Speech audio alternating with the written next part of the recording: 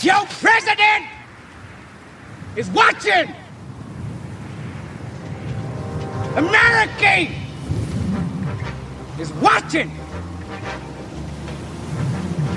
But more important, Godfather is watching. Make no mistake, there will be no fuck-ups. Marines around this world would give they left nuts to be where you are. Anybody not want to go? Marines, kill on 3. 1, 2, 3. Kill!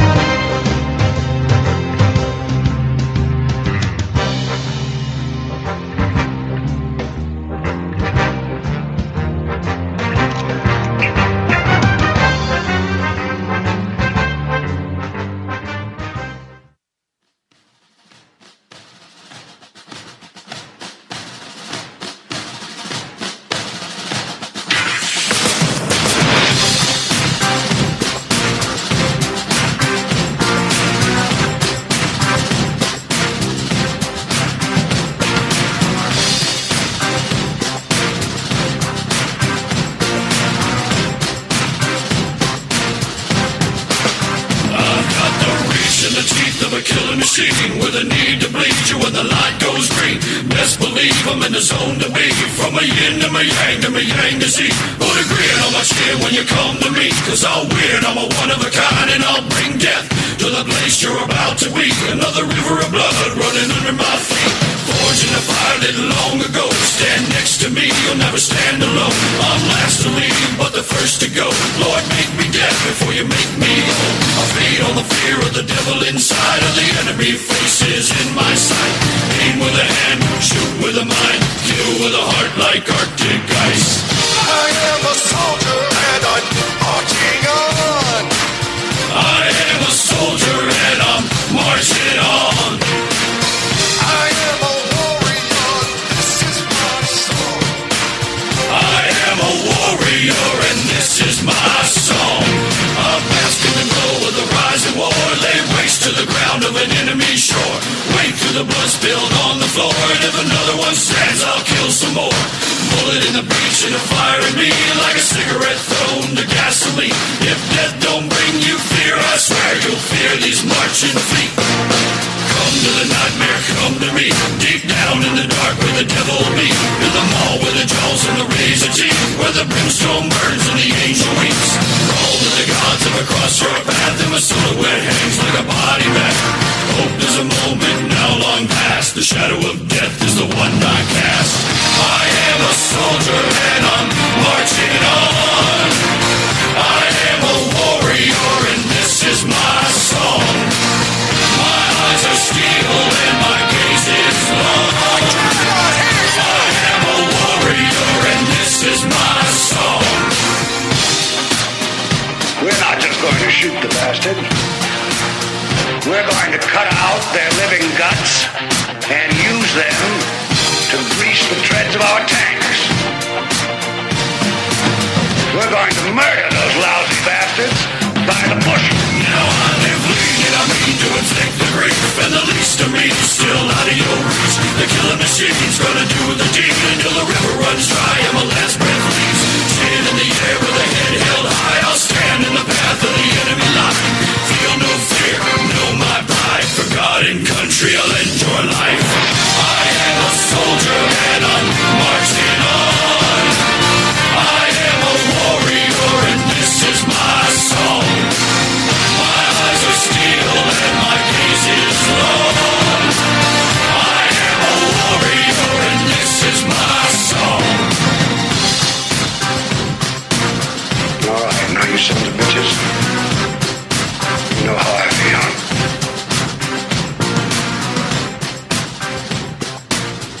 And good evening, ladies and gentlemen.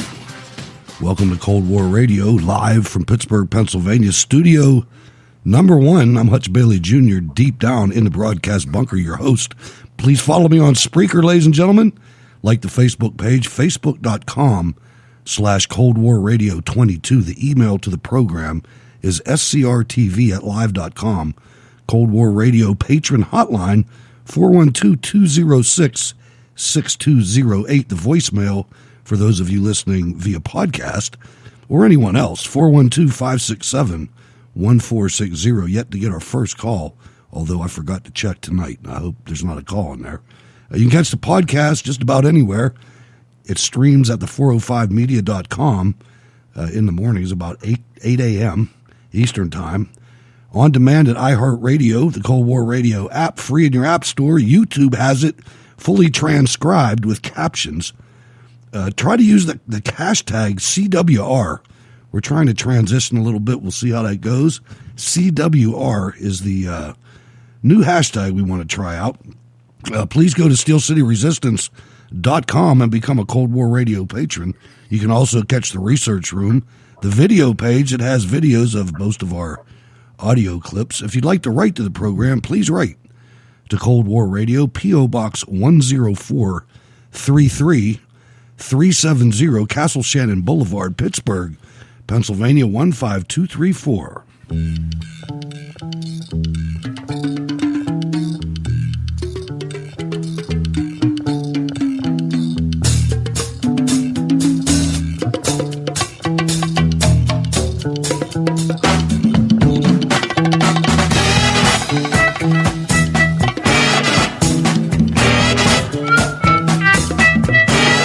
All right, let's traverse the turret to the east.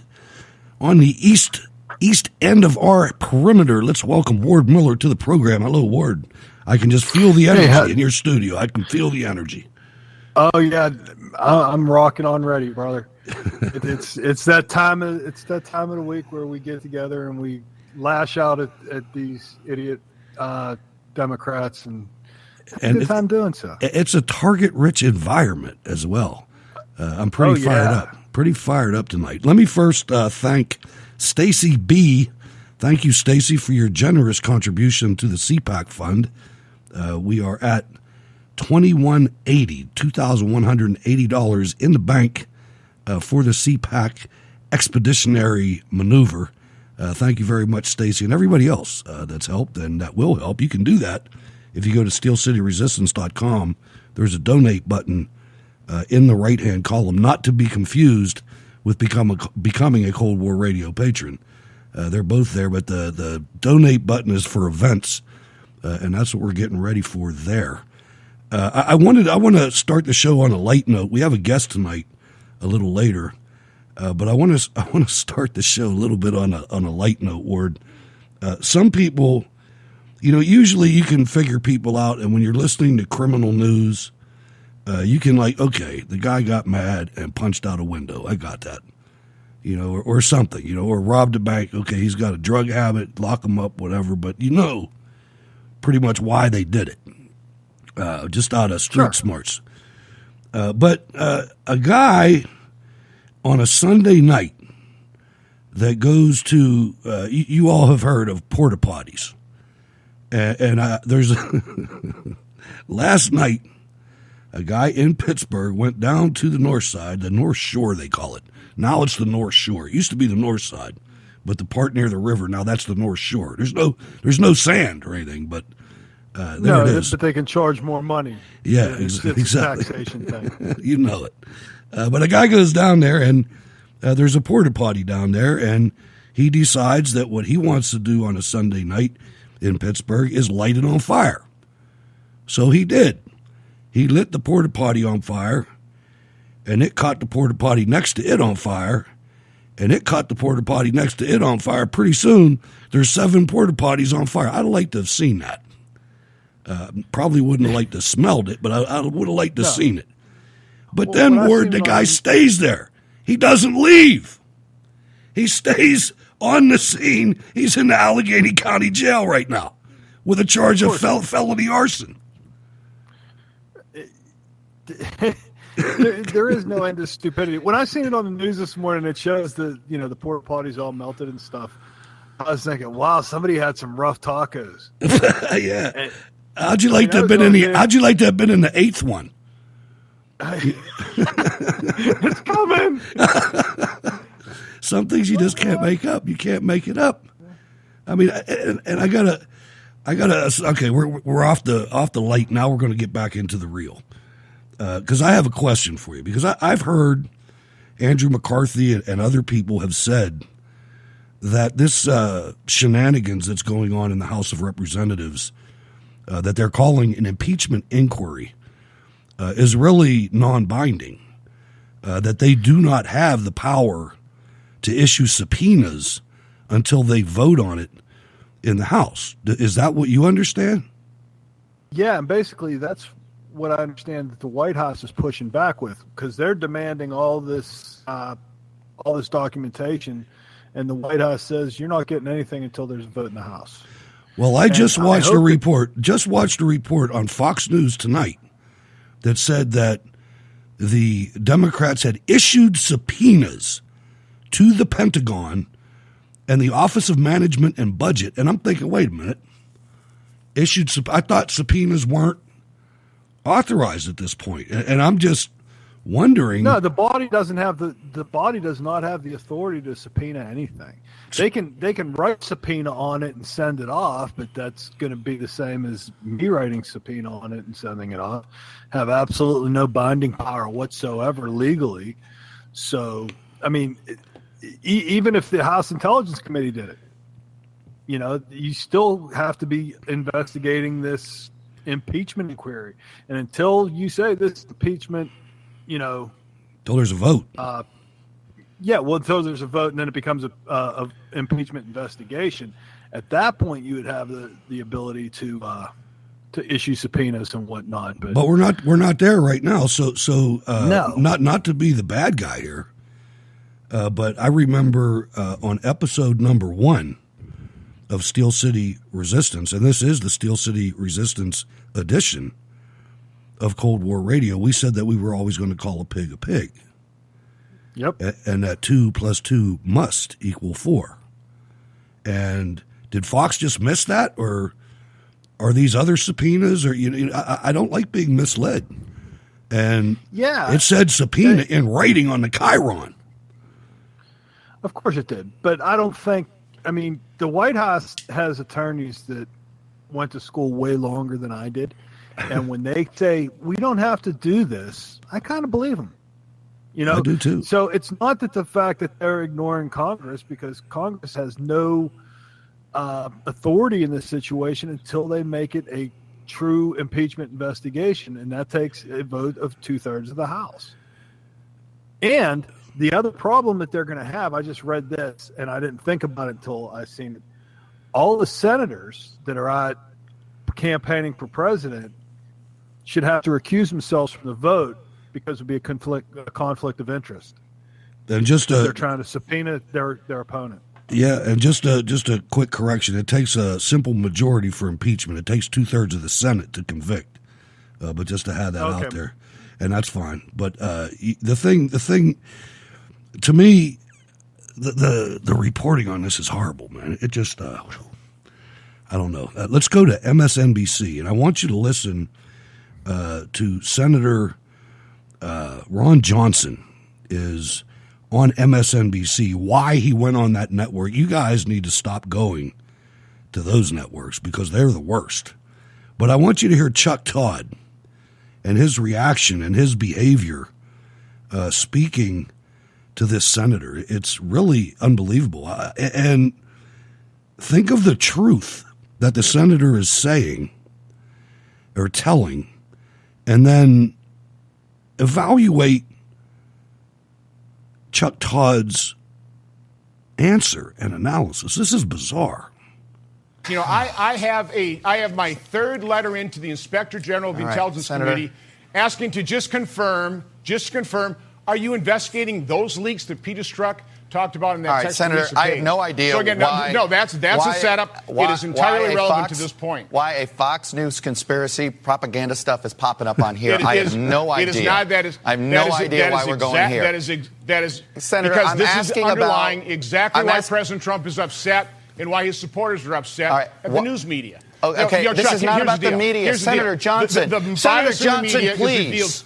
Can we please answer the question that I asked you instead of trying to make Donald Trump feel better here that you're not criticizing him? I'm just trying to ask you a simple question of what made you wince. I'm asking a simple question about you clearly were upset that somehow there was an implication that military aid was being frozen because the president wanted an investigation. Why did you wince? Because I didn't want those connected. And I was supporting the aid, as is Senator Murphy, as is everybody that went to that initial inauguration. But here's the salient point of why I came forward. When I asked the president about that, he completely denied it. He adamantly denied it. He vehemently, angrily denied it. He said, I'd never do that. So that is the piece of the puzzle I'm here to report today, that unlike the narrative of the press that President Trump wants to dig up dirt on his 2020 opponent, what he wants is what happened in 2016.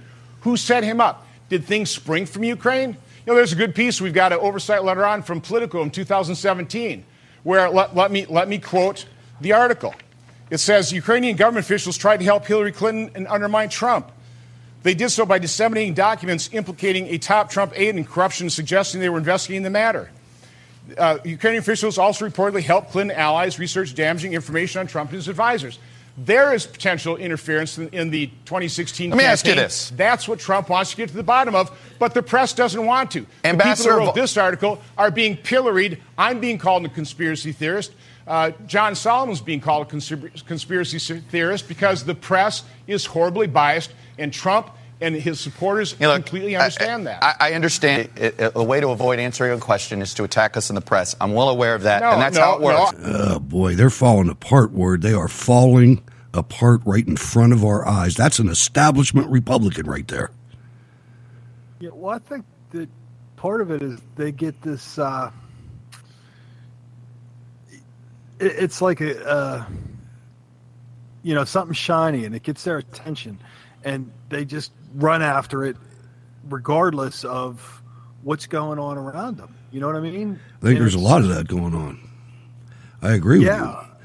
But I think that these guys I think they're realizing that they've lost it. People don't believe them anymore. And when you have somebody as mild-mannered as Ron Johnson, I mean, he's not a firebrand conservative type. I mean, he's a conservative, but he's not. No. Well, the one I really enjoy, that I've been enjoying lately on all these talk shows, is Rudy. Yeah. And I think you see the same characteristics and qualities that we saw in Donald Trump. I mean, they're fighting. Rudy gets them all into a fluster because he beats them down with evidence. Yeah, he does. And that's exactly what it is. It's not all hearsay. He'll start something, and just to get them to go, well, no, that isn't what happened. Oh yeah, well, here's this text, and here's this, and here's that. And I mean, and he's an ex-prosecutor who knows how to set up an argument and how to win a fight, and he's going to be their undoing. That's going to be my prediction now. Is Rudy Giuliani is going to be the undoing of the Democratic Party? Well, that's possible, and I would welcome that. I like the fighting spirit, and these Republicans and Democrats that rally against it never do that when Democrats fight. It's about time. I saw a good article, well, a title of an article, and I can't even remember who wrote it, but he said, the Democrats aren't used to being investigated. This is new territory, man. I mean, when's the last time? I mean, the Clinton thing was a fiasco. They didn't even go after the right things. And speaking of not going after the right things, I've told you about this guy for a while. And I promise we're going to get to Syria after our guest. I've got a lot to say about Syria, and I'm glad you're on tonight with me, Ward, because we stated our opinion early, real early, when it came to Syria. Unfortunately, those episodes of Steel City Resistance are gone. but I know we did, and we'll talk about it. Oh, but yeah. I want to talk about Lindsey Graham first. Lindsey Graham has scheduled no committee hearings on the deep state, on the FBI. Well, there was one oversight on the FBI, CIA, Spygate, Hunter Biden, Joe Biden, Mueller, Stephen Halper, George Papadopoulos, Tom Fitton, Sidney Powell, Joe DeGeneva, John Brennan, James Comey, Chris Way. But guess who he did? The business that the Senate, that his committee, the Intelligence Committee, did. They had an executive business meeting, nominations, competition in digital technology, executive business meeting, oversight of the enforcement of the antitrust laws, Holocaust-era insurance claims, how Congress can make our patent system stronger, executive business meeting, nominations, oversight of the Copyright Office, oversight of the FBI was one meeting, nominations, Google and censorship, protecting innocence in a digital world, executive business meeting, combating kleptocracy, your doctor, pharmacist, insurer will see you now, the state of I mean, it goes on and on and on. This guy's a fraud. I told you about it, and Ms. Bartiromo called him out on it. So no wonder the president brings this up to the leaders of these countries to try to find out, how this information started, given that it was the first 2.5 years of his presidency that people were up in arms over collusion. Very quickly, sir, my viewers are frustrated. They want some subpoenas. They want to see you do that deep dive into what took place. When can we expect your subpoenaing people, and who are you going to get to come down and testify? Well, I'm going to tell your viewers, I'm going to do it the way I think I need to do it. I'm not going to get ahead of Horowitz. This man is independent of politics. He was appointed by Obama. He did a good job in the past. I'm going to look at his report, then I'll build out on it. I'm not out to get anybody. I'm trying to find out what happened. So I'm not going to issue subpoenas because people are frustrated. I'm going to call Horowitz before the committee. He's going to tell us about the FISA warrant application and the counterintelligence investigation, and I'll go wherever the facts take us. But I do want every Republican to be asked, would you impeach the president based on this transcript, this phone call between the president of the United States and the Ukrainian president? Because if you would, I think that is just incredibly bad judgment. I want Romney to be asked that. As to having China look into this, I think that's a bad idea. I don't trust anything coming out of China against Biden, Trump, me, or you. So the bottom line is I want people to do this the right way. The right way is for Horowitz to come forward to my committee under oath and tell us what happened. And I promise you, I'll build out on it appropriately. Somebody needs to look at whether or not the DNC was involved with the Ukraine. Somebody needs to look at the Bidens, whether or not they violated the law. They sure as hell looked at the Trumps. Yeah. Somebody needs to look at the Bidens. I want this to be done outside of politics. I want Nancy Pelosi to have the courage to vote on impeachment, not just talk about it. All right, we'll be watching the Development Center. It's good to see you, sir. Thanks so much. Yeah, we'll be watching. We sure will. I've said this several times. We have control of the Senate, and we have no.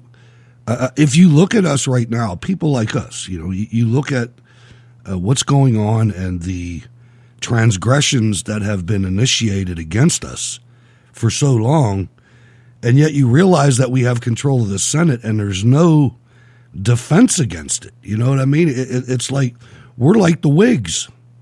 We're like the people in the country that were against slavery, and the people that we had fighting for us weren't.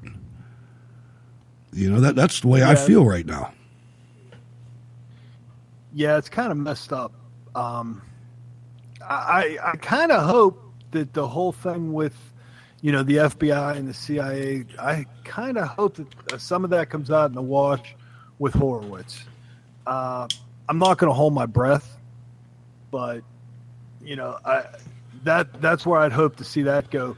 The whole Biden thing, that every time that Biden and Ukraine get brought up, another name gets thrown out. Pelosi's kid's involved now. Mitt Romney's kid's involved now. Whitey Bulger's nephew. John Kerry's stepson. I mean, they're all in cahoots. And they all were getting a part of this. I wish I could get that gig. Right. The one that Biden got, that was great. $50,000 a month for absolutely nothing because I'd do it for 6 months. I'd do it for 6 months and then I'd quit. I don't even have to do it for long. But he has absolutely no training in any kind of energy whatsoever, let alone, natural gas or even fossil gas.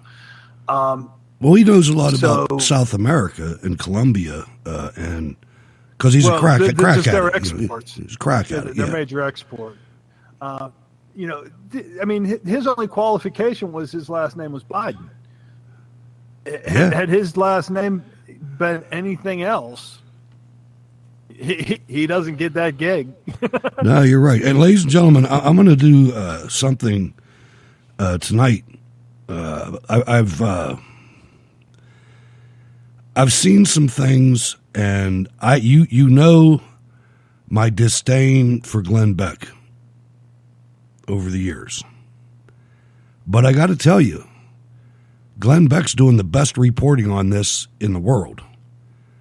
You need to go to YouTube, or if you're already a Blaze member or whatever, I'm not, but you can still, he's done a service to the country, probably just to promote his network, but that's fine. But I want you to look at the video of the chalkboard episode where this guy details it all, man. I mean, this is not going to go away. This is not going to go away, and they know it, and that's why Chuck Todd is flipping out and George Stephanopoulos is flipping out, and the violence is going to come next because they're out of stuff. The thing is, too, Hutch, with Glenn Beck, that's the thing he loves to do. This is true. To chase the money and follow the strings, and whether you like him or don't like him, that's what he does. And he's really good at laying out an entire picture. He laid out the whole thing with the caliphate, and everybody says he's out of his mind, and he was right. And once again, we're calling a pig a pig. I know that he totally went off the rails for a while there, but now I think that he's come to his senses a little bit, and he does lay out the whole Ukraine thing like a prosecutor, I guess. Oh yeah, he has all the this links to this, that links to this, that links to this, and everything comes back to Soros. And he absolutely indicts the media. I mean, he played a tape where Sarah Huckabee Sanders, in a private meeting with media, told them what was going on in Ukraine. And nothing. Not one story. I mean, did you know, ladies and gentlemen, that there are 2 Ukrainians that were investigated, tried, convicted, and now are in Ukrainian prison for colluding with the DNC to take out the Trump campaign? Did you know that? The media knows it because Sarah Huckabee Carter told them. And yet they don't feel that you should hear that. This is a giant, giant scandal, Ward. And I'm not naive because I listen to the replays of you and I. And we thought everybody was going to jail back when we thought there was a Justice Department. Remember that in 2012? Yeah, back when we were young and impressionable. Yeah. It's actually embarrassing to listen to that. But we didn't know. Such high hopes for our Justice Department. Yes, we did, man. We thought it was real. And all along, the whole thing was weaponized against us. I mean... Oh, yeah. Well, I mean, we were screaming that we wanted to see Holder go to jail, and, he defied Congress, and he's, and he ignored the subpoenas, and he did this. And then he comes out and goes, yeah, I'm Obama's wingman. Ain't nothing going to happen. Isn't it something? Was right. Nothing happened. Right. And he's still walking around.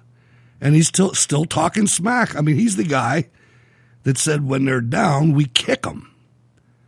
I mean, how fitting for a guy like that. That guy is a skank.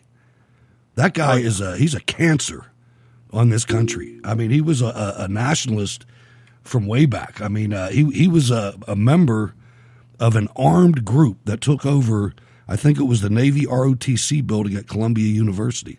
Anyway, we'll get back to that. Ladies and gentlemen, 2020 election author Teisha Powell is a nationally recognized legal analyst and author of Trump Must Win, Discover the Dark Days Americans Will Face if Trump isn't reelected in 2020. Teisha, I hope I'm pronouncing that right. I'm Hutch Bailey Jr. Welcome to Cold War Radio. I also have my co-host, Ward Miller. Good evening. Hi, good evening. Thanks so much for having me. Did I pronounce your name right?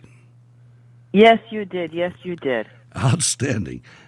So, discover the dark days Americans will face if Trump isn't reelected for office come November 2020 is a little scary.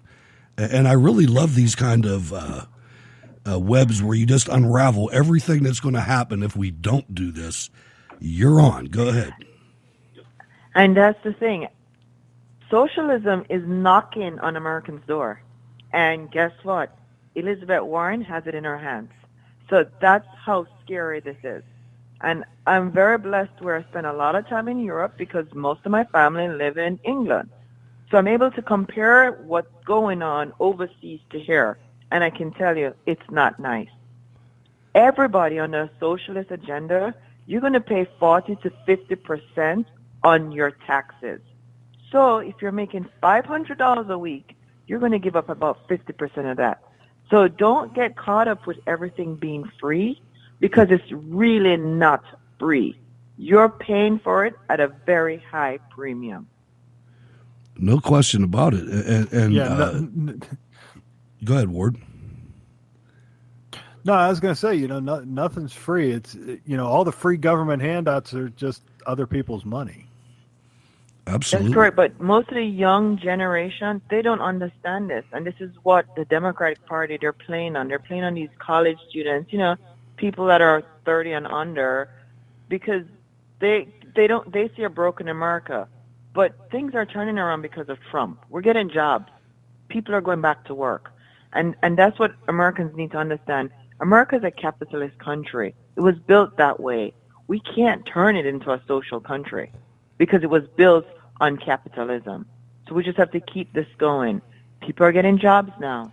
So why go ahead and change the direction when we're coming out of the recession? Well, and if you look at the condition of these people, of the millennials or the young people, even in the worst days of the Obama administration, they still were better off than everybody else in the world. I mean, I think I saw a thing, Teisha, that said that the 1%, if you go globally, the 1% in the world is $30,000 a year and higher. I mean, there's not that many people in this country, even on government assistance, that are making less than that. Go ahead. And that's the thing. Most people, it's only 5% of the American population actually hold a V passport and have left the country. So there's nothing for them to compare it to. They're just looking, I'm going here, I'm going here. And it's interesting because my cousins, they're in their 30s. They're still not able to have children yet in Europe because for you to have one child, your child care might be $200-300. There is no incentive there. You're paying 40-50% in taxes. That's a lot of money. It's a lot of money. How many of us can afford 50% of our paycheck to go to government? And this is what young people don't understand. We do have it good in America. We have it better than all the other countries. Why do you think so many people want to come here? It's great here. Why would you want to change it to being Europe? Makes no sense to me. Well, that's the same problem you have with the single-payer system, is when they come in to doing that money still got to come from somewhere. And so not only do you create massive backlogs in the hospitals, but you also create just huge money pits it's totally unsustainable. And that's why places that have adopted socialism, like Venezuela, just their economies totally collapse. And it boils down again to us what our parents teach us, and this is what voters need to understand. We can't listen to the soundbite of the politicians, because especially with Bernie Sanders and Warren and Biden, they're only saying free, free, free. They're not explaining anything else. And people, of course, if you tell me free, I'm going to vote for you because it's free. But your common sense tell you from your little child, your parents probably told you nothing is free. And so therefore, why would you listen to somebody in government who just wants to get elected telling you they're going to give you free stuff? You always want to know, how are we going to pay for it? Because we all know nothing is free. What are they going to do? Make up money? So, you can't go with sound bites. We got to go with common sense. And that's what I want the younger generation to understand. It's expensive. It's expensive to get everything for free. You're absolutely right. And you said a mouthful. And I think this is the primary reason why we have this movement, other than, well, no, it is the primary reason, because what we've done in the United States, by and large, is a lot of people have abdicated their responsibility to educate their children to the government. In other words, the only instruction that a lot of these kids get is from their school. They're either there, and not just school, but the media. And when I say the media, I'm not just talking about the news media. I'm talking about every movie, most books, magazines, newspapers. They're all telling you the story about the ugly American and white privilege and masculine toxicity, and the world is going to end in 10 years. And, these kids are sitting there and they're pretty much brainwashed. Hutch. It's 12 years. Oh, is it 12? Okay, that's this year's. I messed it up. Don't knock off the 2 extra years. So my big thing, Teisha, is that parents must get back into the role as the primary educator of American children for the dream to continue. Do you agree with that? That is true, and that's how it is. But here's the problem in America, because I'm blessed. I've lived in Jamaica. I go to Europe a lot. I'm in America a lot. I see what's going on. We are so consumed in America by getting more. That's the problem. When you have car payments of $700 a month, you got to push your child in front of a television. You got to push that off to the teachers. And the teachers it's not their responsibility. But we're in this rat race. That's the problem in America. Somehow we have to be keeping up. Then you got this Me Too movement where women are going after their careers too, because they too want a piece of the pie. So who's keeping our kids? Nobody. So they're being raised by Fortnite, video games, and they have to go to their teacher for stuff. And it's wrong. We just cut back. We are, in my family, my kids, we shop at Walmart and Target because I have to put college fund away for my kids. Okay? That's what we do. And I'm an attorney. I am not embarrassed to say I'm at Walmart and Target because we can't afford the expensive stuff. We got to put money aside for our kids, and we want to spend more time with the kids. Absolutely right. No question. Make sure you take a long time when you guys are deciding what college to go to, because that's a trap too. But with that being said, tell us a little bit about yourself. How did you get to where you are, and what motivated you to write this book, and maybe talk a little bit more about the book? Well, just so you guys know, first of all, I just found out I'm a social media influencer, but my combined social, Instagram, Twitter, and Facebook, I've got 30,000 followers. Nice. And it started within 30 days ago when I decided to put this book up on the internet. I have been a volunteer with the Republican Party, unpaid, since 2006. I've worked on national campaigns, including Mitt Romney run for president against Obama. And so I'm very familiar with this political field. And now I have 6-year-old kids living in America, and this is what I'm saying to myself. What can I do as a mom for my kids and my grandkids to have a better life? And the only thing I could think about is, I got to educate people so that they too have that dream, because we're in a rat race. We go to work, we drop our kids off, we got to make sure there's lunch, we got to make sure there's a play date, and we forget to think about the future, their future. And government has the power to destroy our kids and our grandkids and the next generation to come. And it's not right for us to make a big deficit because our kids, your kids, my kids, everybody's kids, and our grandkids, we're leaving that for them. What type of people are we to do that?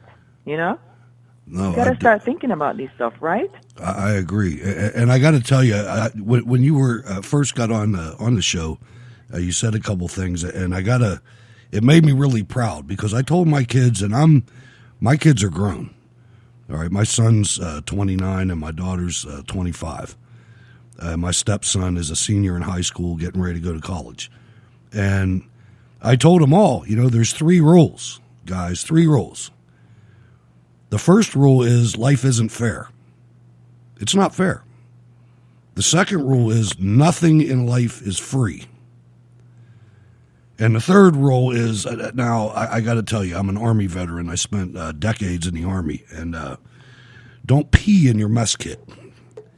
In other words, don't be a criminal right on your block. Don't mess up your own environment, basically. And they've all seemed to go by that, but you have to check them. You have to check on learning and ask them, what are you learning in school today? You'd be amazed. Well, it's a shame, Hutch, because they just had a story about a teacher who was teaching elementary school kids that Trump is bad and Trump's I can't remember exactly what it was now, but it was all very disparaging towards the president. And I thought, and it was on a test. Yeah, it was on a test, and whether or not you like the president is irrelevant. The fact that you're showing any kind of disrespect to children about the president is beyond the pale. It really is. And Teisha, back to your book. This is not something that is new to you. During my research for the program, I saw a video of you on Fox News with Megyn Kelly during the 2012 election. It was right after the Republican debate, and personally, I got to tell you, Mitt Romney was not my guy. I ended up supporting him at the end. Now I wonder if I should have done that, but I did. But at the time, you were saying the same thing, man. We can't handle 4 more years of Obama. We ended up handling it, but look at where we are now. No, a lot of people got wiped out. Some people are never going to come back to the wealth they created. So they're just accepting the reality. Because this is what I do. I'm an attorney, and people are still filing bankruptcy from the Obama years. So Really? It's not that they're not handling it. They're just getting poorer, and they're just accepting their reality. Wow. So yes, President Obama probably wiped out millions of Americans from the housing crisis. And this is what we're trying to warn people. We need to get it reversed, but they didn't listen. Now, thank God, President Trump is creating the jobs. But what we want to do, reverse the 4 years of jobs again? What I don't understand. Really love recession? How can you vote against it? That's what I don't understand. I understand what's going on. I've been following politics long enough. But as far as the electorate goes, the people that you see in Walmart and Target, how can you be against? Tell me that you are not in Walmart and Target more now than you were 5 years ago. You know what I mean? It's something I don't see how so many people can vote against themselves. But then, like you highlighted, it's a lot of young people that haven't even really hit the real world economy yet. Oh, you mean the squad? Oh, sorry.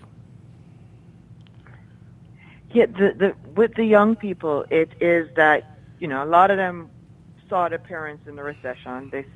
So most of them were home while this happened. Now they're finally getting their foot out the door. And, the reality is things are expensive. So when you're young, you're a little naive. Of course, if a politician runs around and says they're going to give you free stuff, of course you're going to go for it. I mean, and that's what's sad about politicians. They're lawyers, and they're very tricky. That's the sad part about this country. a lot of politicians are really great trial lawyers, they're great storytellers, and they're not being honest to the American people. I mean, I cringe when Elizabeth Warren comes on television. I cringe because I just think to myself, I can't believe she's telling these people how much free stuff she's going to give to them, and she knows she's trying to turn this country into a socialist country. It's not right. Well, it's not fair. If you look at it from the beginning, she's the one who wants to forgive all this college debt, but yet she took, what was it? She was getting $500,000 to teach at Harvard because she was an Indian. I have serious issues with her wanting to give away my money to pay people like her who lied to get their job in the first place. And that's the thing. I think that's going to come back to bite Elizabeth Warren. Because right now, remember the college scandal? People are going to jail. She got away with it, because she was able to put down that she's 1% Native American and she got in. Now we're seeing that people don't like that. They don't like when you cheat the system. So I think Elizabeth Warren is going to have a lot to explain. How did you get in Harvard saying you're 1% Native? Did you skate the law, And why is it the other people got punished for trying to do the same thing? So I think voters are upset with cheaters, and politicians have to stop cheating and trying to get away with it. I agree. You need to be an example for us. Absolutely. I mean, a hat tip to all the different groups that these people try to exploit by saying, well, I'm a 1% American Indian or whatever, but you see these groups coming out and saying, no, wait, we did it the right way. You're gaming the system, and we see this the same way with illegal immigration. And it's just Elizabeth Warren. I hope she's a nominee. I really do, and I'll tell you why. Because the Democrats are going to abandon her. You've already heard it from Wall Street and from out in the West Coast. The I can't remember the name of them. The people that do computers and the cyber people. They're all saying no. Silicon Valley. Silicon Valley. Yeah. They're all saying if she's the nominee, we're voting for Trump. Now, really, they should vote for Trump anyway, because anybody with a legitimate business is going to do better under a Trump administration than a. You can take any one of their names and insert it, and it'll be bad for them. And I think a lot of executives know that why they have to vote against Warren. They know everybody's going to be paying 40-50%. Right. So how are you going to get incentive for people to go to work? Why would someone who makes $500 a week come to work for $250 a week? They're not. So I think this is what a lot of corporate people, they're beginning to see, that she has a socialist agenda similar to Sanders, and she's going to implement it. And she's going to destroy everything we ever created. Just like, Obamacare, my insurance is no longer good because of Obamacare. Wow. That's what they did to me. Right. I can never get a good insurance anymore. I had the best insurance before Obamacare come in. Now, you're like, this is not even a good insurance anymore. Well, hopefully... And government don't care. They don't care. No, a lot of them don't, because they have their own magical plans, just like they used to have the house bank and the barber shop and everything else. But Teisha, tell us what's in your future, man. What's going on? Where are you going to go? You've written this book. It's successful, and we're going to give you a chance to plug it one more time. But what's next? Well, most. I can probably tell you what's next. Seventh grade, Little League baseball with your kids. You got a lot of things going on. But as far as politically, what's going on, or professionally? Well, politically, I want to still be a conservative voice. Of course, people are telling me to run for office because, of course, I'm a lawyer. I'm in Florida. See, that's what I'm trying to get at. See, I'm trying to get that out of you. And you're right. I might have to do that because, unfortunately, I think there's a lot of kids in D.C. They're playing games with people's money, and your kids, my grandkids. Are we really going to leave our grandkids to clean this up? This is what people don't get. There is nothing for free. We're punishing our own children. What type of people are we? You know, that's what I want to say. How can you feel good about yourself growing the deficit? You know, like, it affects everybody. It affects everybody's children. It's not like you could pick and choose. We leave this earth, we leave our kids and our grandkids behind. You think that's fair for us to know that they may be paying 60% in taxes because we were too greedy or we couldn't balance a budget? It's ridiculous. We all have to work. We all have to get up and do our share. But what are they teaching our kids? They're teaching them that their parents and grandparents have destroyed the planet. And we have to fix that with the Green New Deal. Unbelievable. Trump must win. Discover the dark days Americans will face if Trump isn't reelected in 2020. Available at Amazon.com, ladies and gentlemen. Get over there and let's purchase Teisha's book. How can people get in touch with you, and any final comments? Teisha Powell. Yes, go on my Twitter feed at Teisha_Powell. Just start following me. I'm like throwing out, I do very small tweets. I love to write. I can't stop writing. Or go Facebook, Teisha Powell. All right, Teisha, thank you very much for coming on the program. We wish you luck with the book and hope you can come back and talk with us again. Thank you. Thanks for having me. All right, good night. Take it easy. Teisha Powell, ladies and gentlemen, author of Trump Must Win. Where'd it go? Trump Must Win. Discover the dark days Americans will face if Trump isn't reelected in 2020.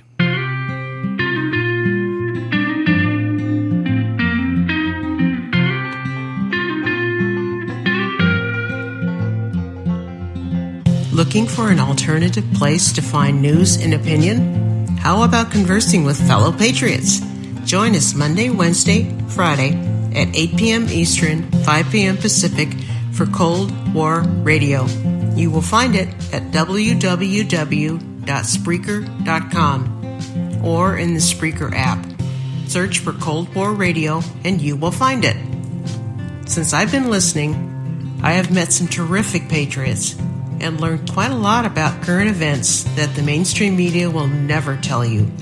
Please come and join us. Be inspired. You will feel right at home in our Spreaker chat room.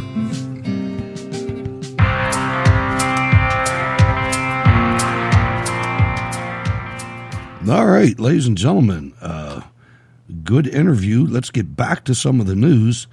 Brennan, man, he's losing it fast, buddy. I'll tell you what, Ward.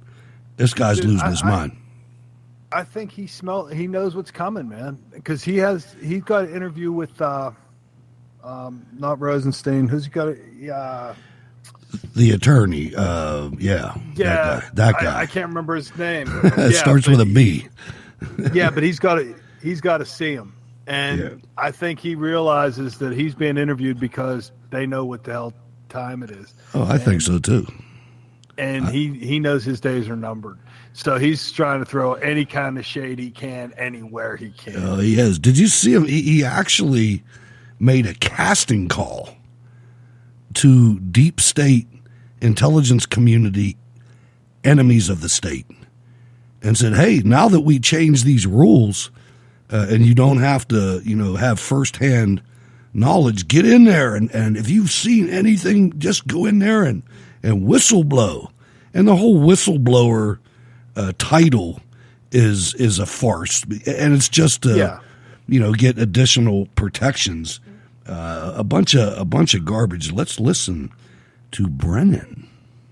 Americans then are confused. Many Americans are going to send me emails going, how could you put a traitor like John Brennan on television? Yeah, well, you know what I mean? I worked 33 years in national security, and Never I feel in good the about my field. record. And there's a lot of false information out there that now people take as gospel. One of the things I used to do when I had to travel overseas professionally is read those CIA, the public fact sheets and CIA descriptions of the politics and what's happening in that country. How would the CIA assess the stability of the American government right now? Oh, well, if it were assessing America as if it was another country?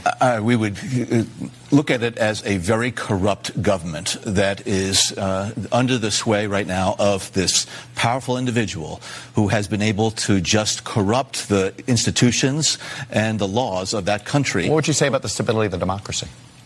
I think it's no longer, a democracy if an autocrat has it in his hands. And people like Johnson and others are putty in his hands, which means that the democratic principles upon which this country are founded are eroding right now. So the CIA would not assess America as a stable democracy?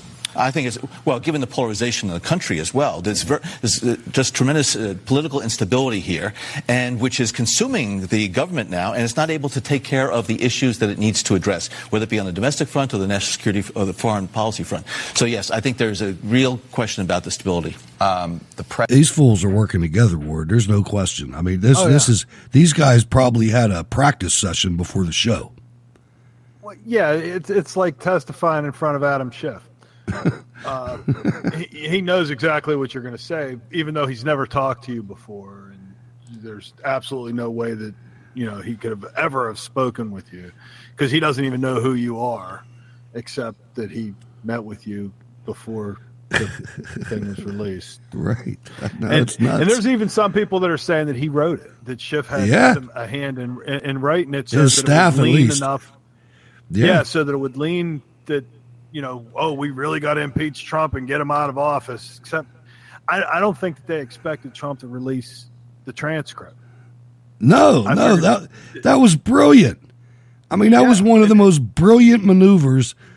These people, they think that Trump is some kind of a bumpkin, man. This guy impresses me every single day. And when we get to Syria, which is coming soon, when we get to Syria, there are some areas that have I had to check myself. But I checked myself, and it all worked out. But this guy is smooth, man. He's smarter than these rhinos. He's smarter than these neocons. He really is. And I'm proud as hell of him. I really am. I'm not a worshiper or anything like that, but I am proud of him for his acumen. I want to play a short clip of a Democrat representative. Her name is Alyssa Slotkin. You never heard of her. But she held a town hall in her Democrat district about the impeachment. And oh my God, I want you to hear this. It's very short, but I want you to listen to the reaction of the crowd. The issue that got to me was this idea that the president, the most powerful man in the world, reached out to a foreign leader, and asked him to dig up dirt on an American, on a political. Whoa, not true. Boo. This is happening from coast to coast, Ward. Yeah, because people are reading the transcript and going, there's nowhere in there that he says, hey, look into Biden. In fact, it was the president of Ukraine that brought up Biden. Right. And the thing that he's really. the one who brought up Rudy. Yeah. And came to, the thing that disturbs me, I guess, the most is our honesty. Because I know that if the president did something untowards, let's just use a real nice word, toward justice, that I would be mad. I would be mad. Why are you jeopardizing all the good things you could do? But I would still stand up against him. And I don't understand how exposing a traitor, this is a traitor, ladies and gentlemen. Joe Biden is a traitor. Well, Joe Biden should be tied to a pole and executed. Well, that's what. Go ahead. No, I was just wondering because just yesterday, Trump was doing his massive blast tweeting or whatever, and he said that Nancy Pelosi and Adam Schiff should be tried on treason. They should. This whole thing has reached the levels of that. These are offenses against our country, and it's sad. It is sad as hell that so many Americans are willing to allow this kind of behavior just because it's their team. I mean, that shows, and I got to say, and Sean, I'll get to you in a minute. I got to say, the cultural Marxism onslaught that started in our country in the 50s and 60s has brought us here. We are at the position where our morality clock is broken. Half of our country is willing to accept this criminal behavior, and that's disgusting, and we have to fix that. Well, I think that the whole thing actually, in my opinion, actually started when the Department of Education was formed. 1973. Yeah, under Jimmy Carter, because that's when they started dictating what the curriculum was going to be across the board. So it wasn't up to the municipalities to what they're going to teach in the, reading, writing, arithmetic thing. You got, Washington, number one, running it like an extortion scheme where we're sending all of our money there, and they take their cut and then they dole it back to the states, where the states used to just get that money outright.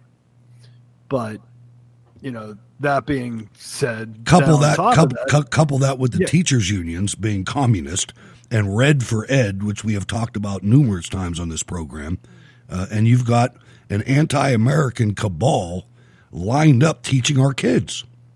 And then you couple that with what Teisha said. And that's why they have to have safe zones, because their candidate didn't win.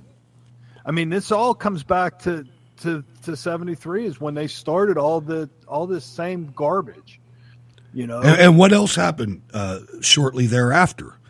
Actually, a couple decades after, but when we started giving trophies out for participation, and we stopped keeping score at athletic events. The effect of that was that we never taught these young,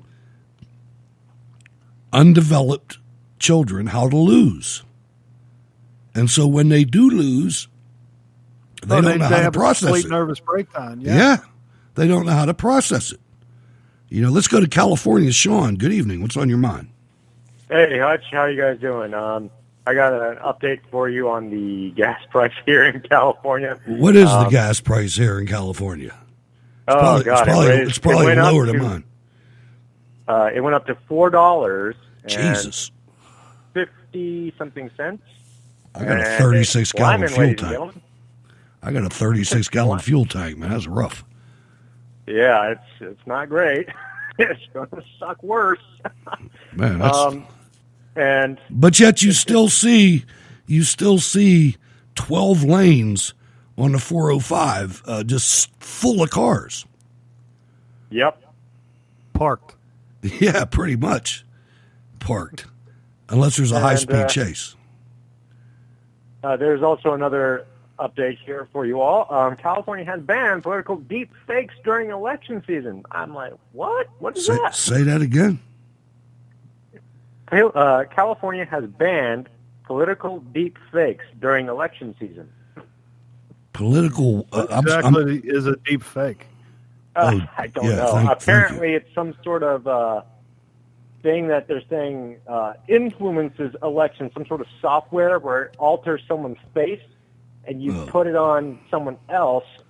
I'm like, what kind of stupid lie? Well, no, this technology, what you're talking about, and let me give my amateur analysis of it because I'm not a professional. Now, Ward does a lot of graphics work, but this is something where they have developed software. I don't know if it's with the use of artificial intelligence or not, but it's basically technology that has enabled people to use a layman's term, to Photoshop something to where it's almost or is authentic in quality.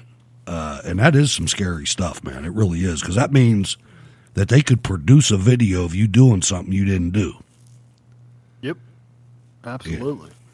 That's scary, especially when you look at the Silicon Valley. Thanks for that bailout, by the way, Ward. No problem. And you realize that they're mostly leftists. And leftists are communists, whether they think they are or not. That's what they are. And they're on the Democrat side. Think about that. It's pretty scary. What else is going on, Sean? Well, other than that, it's just regular, everyday, communist crap here every single day with Gavin Newsom in charge, and everybody's like, "Ooh, this is buyer's remorse central right here." Because why do I keep seeing these stories that say that Californians have this plan to recall Gavin Newsom? Is that just clickbait, or is there really a groundswell in California to do that? I don't think there is, but I want to ask you because I'm not there. Well, it's a 50-50 kind of deal right now, because there is a movement right now, but it's mostly online. No one's actually out there on the ground saying, "Hey, could you sign this, please? Could you sign this to recall Gavin Newsom? He's a horrible, horrible communist. We got to get rid of him." I don't really see that yet. I think it's getting to that point where it might start happening. Are they all like online petition type things? Yeah, it's an online petition type thing right now. Right. But I don't see it on the ground when I go to the store to. Now, I did see a breakdown of California voters, or maybe it was California citizens. I'm not sure which. But that showed that, California does not have a majority of Democrats. No. Of leftists. They have the biggest minority, but there's no majority there. I think it was at 30% what I saw, something like that. So you have to look at the peripherals, and you have to look at, well, is it the illegals? Is there that much voter fraud? There is. I don't know. It's the voter fraud is out of control here. That's the problem. We have ballot harvesting. We have so many illegals here who are under assumed names, and now they get issued California's driver's license, which is all you need motor to vote. voter. They don't care if you got a little political card that says, "Hey, I'm with this party. I have to go and vote for this." But when it comes to the primaries, they say, "Oh, okay," because I've seen some people try to kind of control that now a little bit, but not much. When it comes to polling stations, they say, "Hey, can you show us your party ID of where you're supposed to vote?" And I show them, and it's like, "Oh, okay, well, you need to go vote for that person for this primary." That's it. When it's coming to the general election, you can vote for whoever you want. I'm like, oh, okay. All right, well, we'll keep our eyes on it, Sean. Thanks for calling, man. Thank you. Peace out, guys. All right. Take it easy, man. Sean from California. All right, this one, good. Before we do that, I wanted to know if you'd seen this thing where AOC was having a town hall meeting. Did you see this? Yes. And this woman suggested that they start eating babies. Yeah, we covered that on Friday. On Friday, we covered that. Yeah, that was certainly bizarre. It was completely bizarre, but the thing that got me was the fact that she didn't say anything.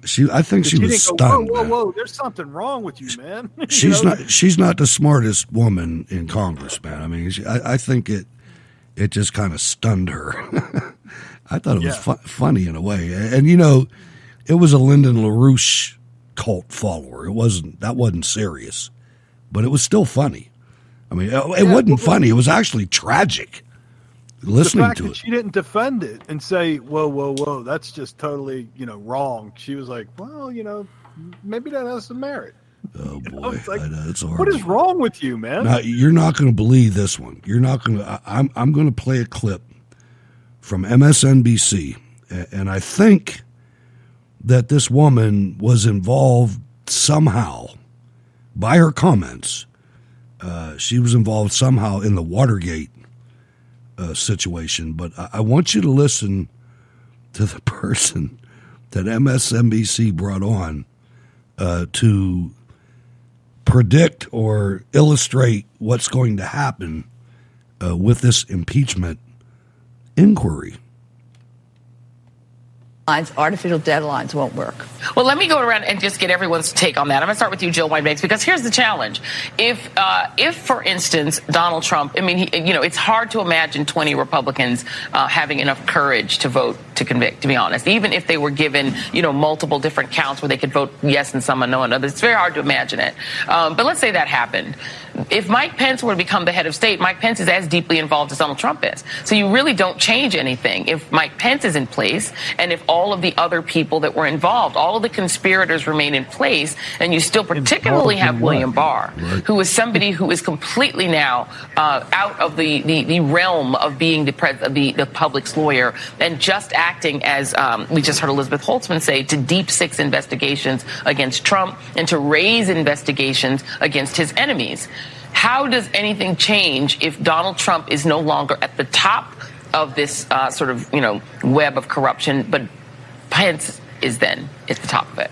Well, I think a couple of things happen. One, the American voters will actually see, and I remain sort of a Pollyanna, that I believe facts ultimately matter, and that, in fact, even 20 Republicans might come to their senses and say, the country is at risk if I don't vote this way, and the facts are clear. And I think in this case we have very clear facts. There is, and Liz and I talked about this before the show, you could impeach Pence first. The problem is that Donald Trump then has to name his replacement. But I think that maybe a deal could be struck where he was told, if you don't make a replacement, then Nancy Pelosi does become president. And so you are going to be impeached and convicted. You need to make this replacement so that the proper party remains in power. I also just want to add, I'm hearing all these Watergate phrases of deep six and throwing under the bus. And there's also another one of circling the wagons, which is relevant here, where the White House circled the wagons and said, we're going to feed them. We have to give up somebody in order to, if we give them the hors d'oeuvre, maybe they won't go for the main course. And that's what's happening here. And there was also a rush into the prosecution offices. It was who's going to get the best deal by being the first in. And you had John Dean and Jeb Magruder running to our offices saying, I'll cooperate, I'll cooperate. And I think that's going to start happening. And that once we get to that level of cooperation, the dominoes are going to fall, and it's going to happen fast. Did you hear the rest of the panel starting to cough and scream? And they're like, what's this lady talking about? She's out of her mind. The fact that they're going to impeach Trump, all right, that they have no evidence of any crime whatsoever. They can't even mention a crime. There's not even a crime. No, and that was the best part of it, but they're going to throw Pence out of office also because he was complicit with nothing. He was on a phone call or what? I didn't hear him say a word. No, I mean, even if he was on the call, I mean, they released the transcript. There was nothing on the call. The call is that's the funniest part about the second whistleblower. What is he going to tell us more about the transcript we already have? Exactly. You have a transcript that is word for word what was said, and then you have something that this guy heard.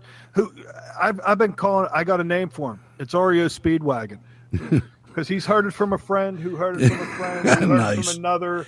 That Trump was messing around. Yeah, he was. So that's, Oreo Speedwagon's not going to be able to help him and bail him out this time. I really want to see McCarthy's pushing for ships to be censored, and I would love to see that happen. I'd really love to see him, hauled off in cuffs. Yeah, he ought to be goose walked. You're right. But nothing would please me more than seeing Schiff doing the perp walk. But right. Well, no, maybe Pelosi or Hillary or Biden. Oh, so many Obama. Of them. Eric Holder. I could go on and on. Clapper, Brennan, the Strzok. list of criminals is just it is. Now, immense. let me preface this next one because this is a big one.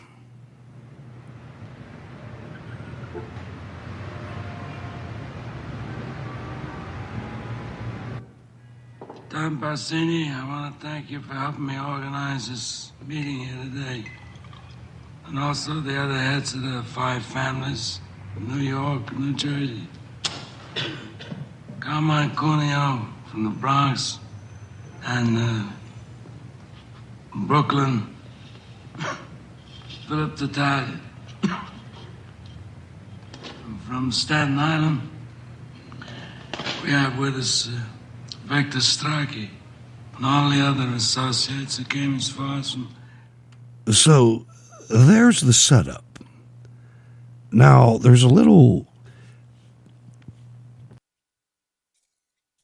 Joe Valachi, Sammy the Bull, maybe even Phil Leonetti going on in Washington right now. And I told you from the beginning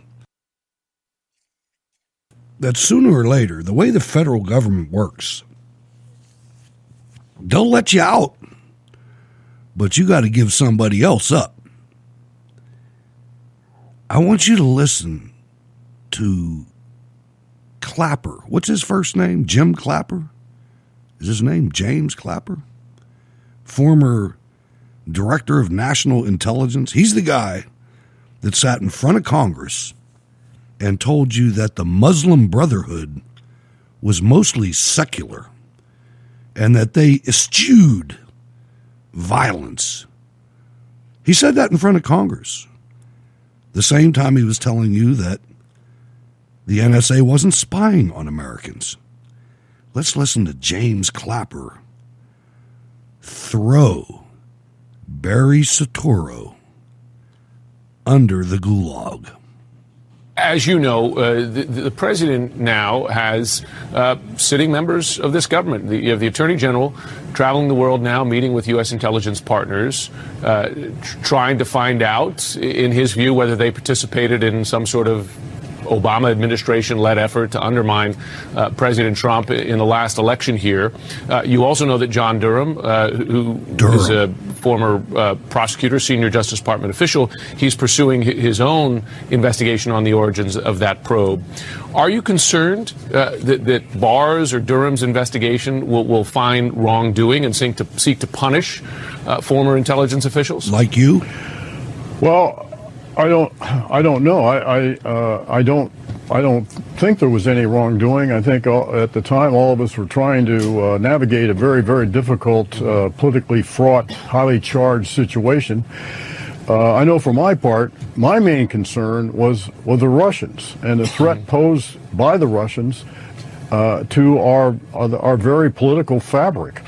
And the message I'm getting from all this is, apparently what we were supposed to have done was to ignore the Russian interference, ignore the Russian meddling and the threat that it poses to us.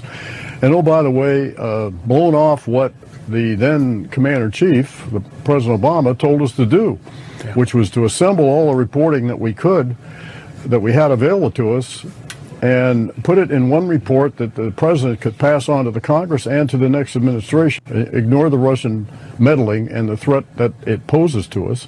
And oh, by the way, blown off what the then Commander-in-Chief, President Obama, told us to do, which was to assemble all the reporting that we could, that we had available to us, and oh, by the way, blown off what the then Commander-in-Chief, President Obama, told us to do, which was to assemble all the reporting that we could, that we had available to us, and put it in one report that the president could pass on to the Congress and to the next administration.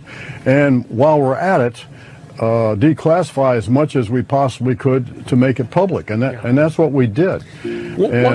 Boy, you talk about, my man started thinking about his grandkids, man. He started, that's a rat right there, ladies and gentlemen. I'm telling you, I know what I'm talking about. That's a rat. That cat's rolling over like nobody. That's a rat right there. And you're not going to see him on any other network again. You're never going to see that guy again. I would be surprised if he gets out of this alive. His press credentials just got pulled because that's right. He was basically saying, "Hey, all the stuff I did, Obama told me to." He is getting ready to commit suicide with 3 in the back of the head right there.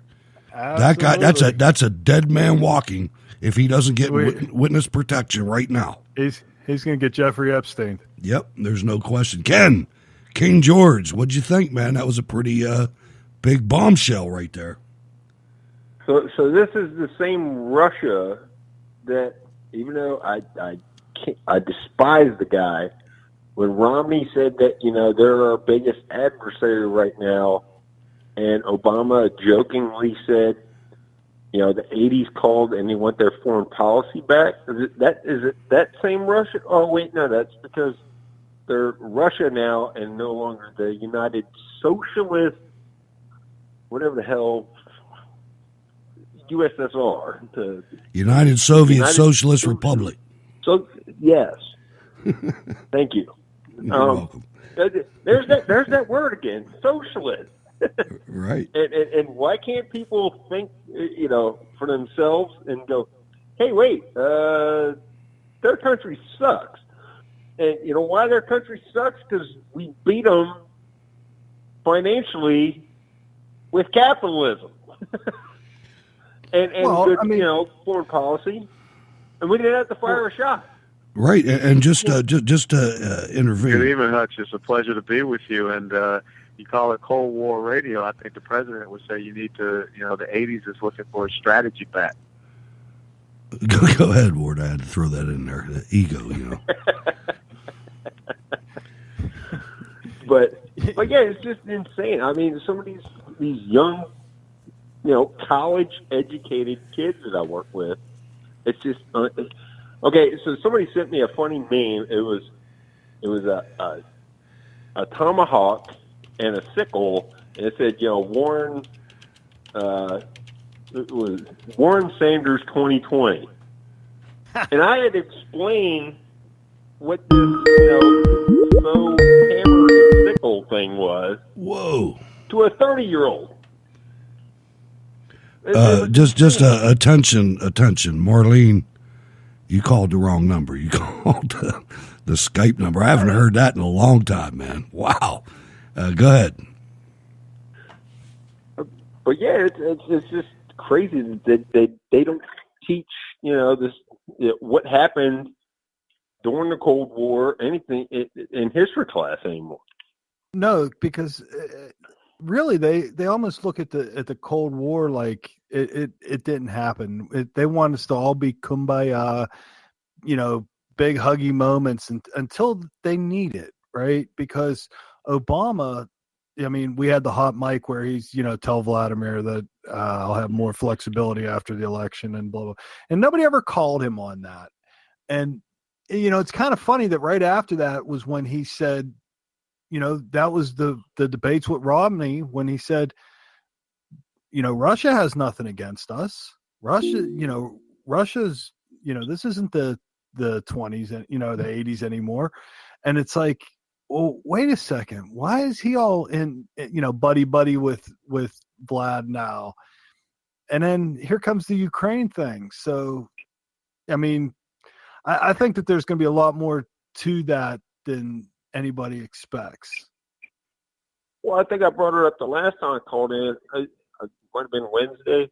If you look at now, you got Biden's son, you've got Kerry's stepson, and now Pelosi's kid. They all got ties to oil and gas companies in Ukraine. Where are all these environmental nutbags that show up? They all want to end. They want to end fossil fuel, and their kids are all living off it. It's ridiculous. Let's bring Ralph into the conversation. Ralph from Missouri. Hello. Yeah, let's not forget about Whitey Bulger in there. Maybe I missed it, but he's in that too. That's right. His nephew. Yeah, his nephew. I'm sorry. Yeah. I want to jump back for a second to this thing with Barr being overseas doing the investigation after everybody found out, Giuliani had already been there before Joe Biden declared his presidency and all that. And number two, that Trump mentioned on the phone call with the Ukraine president, the new one, he mentioned 2 words, CrowdStrike. He did. Now, if you research who CrowdStrike is, it takes you back to Hillary Clinton's and the DNC campaign, along with Fusion GPS and all this. Everything that we've been talking about so far in the jump since this re-election thing started has been all related to one thing. It all comes back to the same crowd of people. And let's just let me make it clear, Ralph, to the audience how important this is.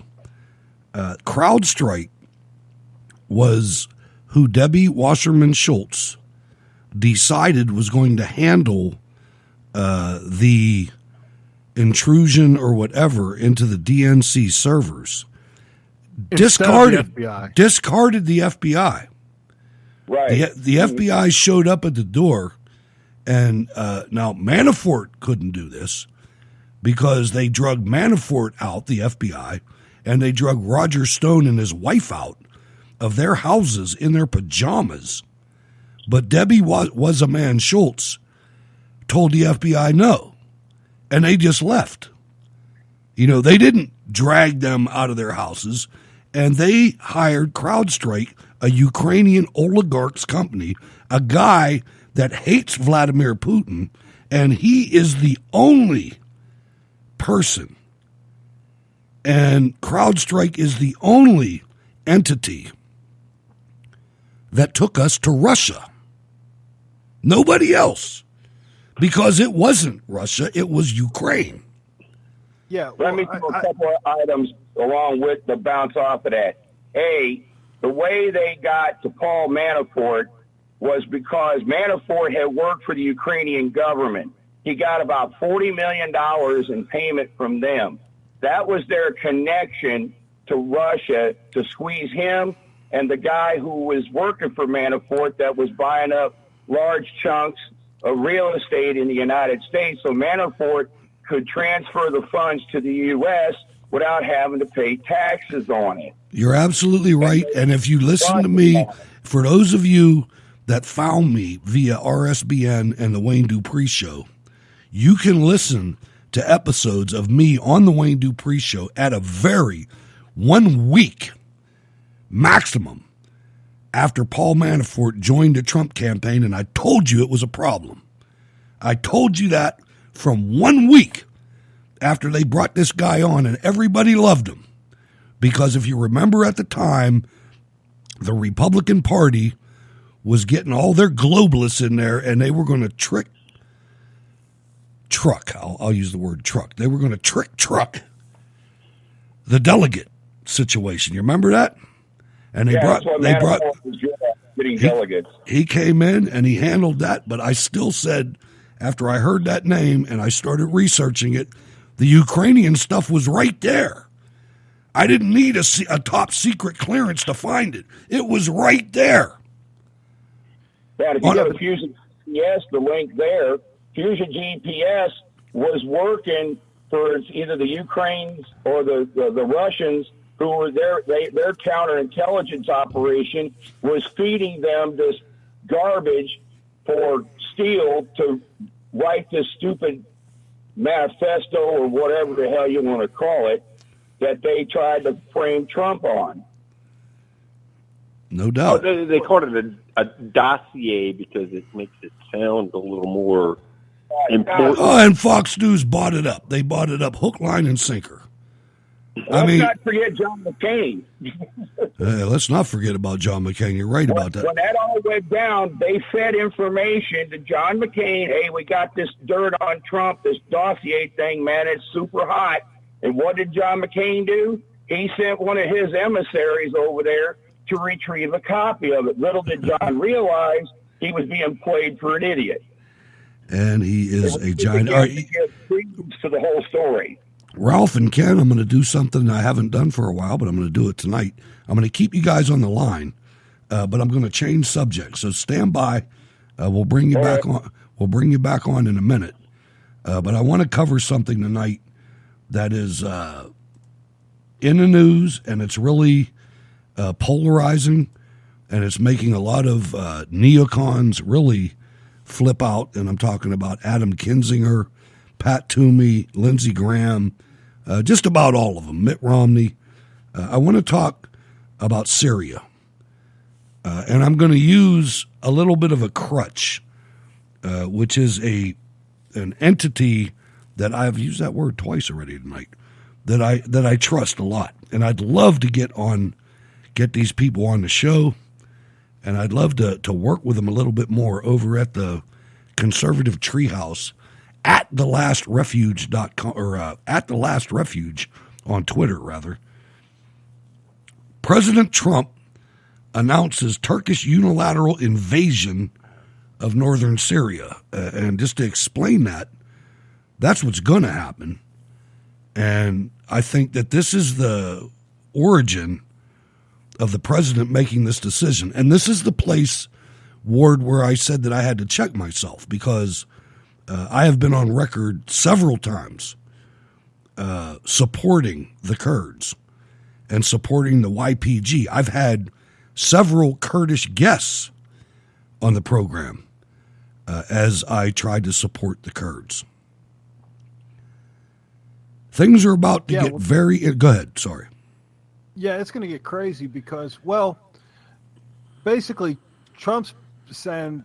I watched an interview with him, and he said, basically, here's the way it's going to work. We're pulling out of there. We don't need to be stuck in another war. All 150 soldiers. Yeah. Less than a battalion. Even if it's 5. Right. I'm down with pulling our guys out of there. Me too. He said it. We're not cops. We're not cops. We're not there to patrol. We're not there to peacekeep. Let them keep their own, peace or whatever. And when this started, Ward, and John McCain was breathing fire and giving away TOW-2 missiles like they were candy, you and I sat there steadfastly against any American involvement in the Syrian civil war. Am I right? You're absolutely right. We did it for weeks. Weeks we did that.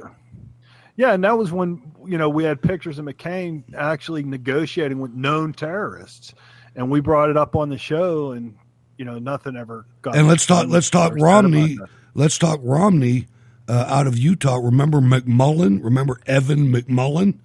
The guy that came out and tried to beat Donald Trump in the Nevada primary? He was in Syria. We had pictures of that, too. But let me get into this. Things are about to get very interesting and very uncomfortable for NATO. President Trump has announced that Turkey is about to launch listen to the wording, a unilateral invasion into northern Syria. And if you listen to news accounts, the air portion of that has already commenced. There's going to be a scramble amid many geopolitical interests. First, the announcement from the White House. President Donald J. Trump spoke with President Recep Tayyip Erdogan of Turkey by telephone. Turkey will soon be moving forward with its long-planned operation into northern Syria. The mainstream media reporting on this is kindergarten.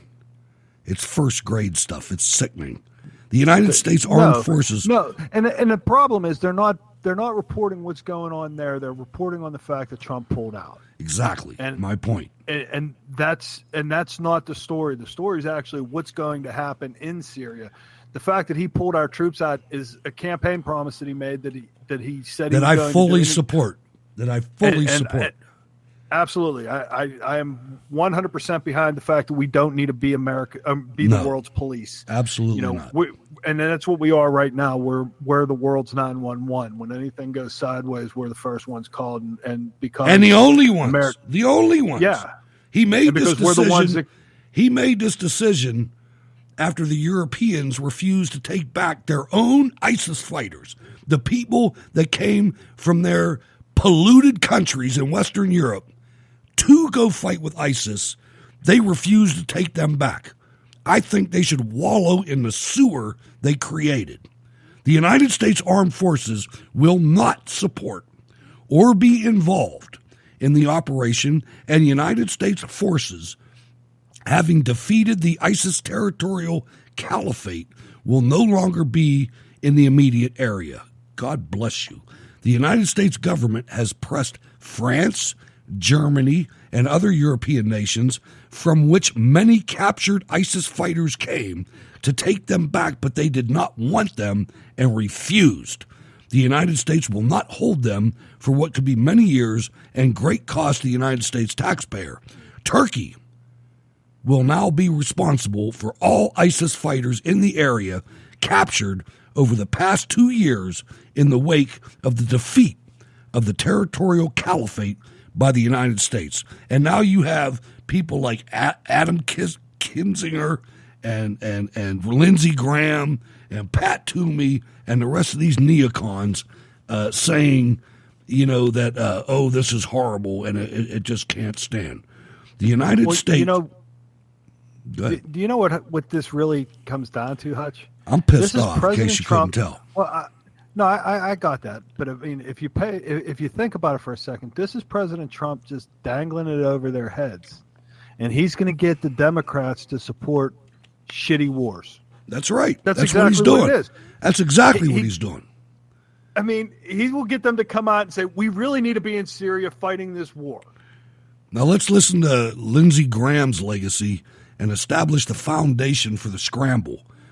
There was a 2014 authorization for use of military force, AUMF, voted and approved by Senate committee, permitting military action in Syria against the backdrop of chemical weapon use and terrorism. It never went anywhere. Do you remember, Ward, when you and I were talking about this and Bashar al-Assad was kicking ass in this war? And then the United States media came out and said Assad was gassing his people. And we ran a report with Tulsi Gabbard, who the Democrats hate right now. And she basically told everybody, Assad didn't do this. This was, who was it back in those days? Gaddafi? I'm trying to remember. I can't even remember the name of the groups. No, it was Al-Nusra, the Al-Nusra Front. Yeah, Al-Nusra or whatever. Yeah. So there was a 2014, okay, we said all that. The Obama administration used the Bush-era AUMF directed at combating terrorism. With ISIS defeated by President Trump, that sketchy 2002 interventionist authorization ends. Also, remember, in October 2014, then Vice President Biden accidentally told the truth when he told an audience that Recep Erdogan was specifically responsible for the rise in ISIS in Syria and that Turkey had actually armed Al-Qaeda, al-Nusra, ISIS, and provided assistance. Turkey is a member, and let's not forget what Benghazi was about.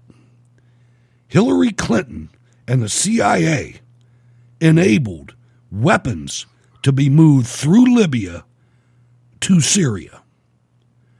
Turkey has previously used its NATO membership as a shield to stop threats from Russia. Remember Turkey shooting down a Russian fighter jet?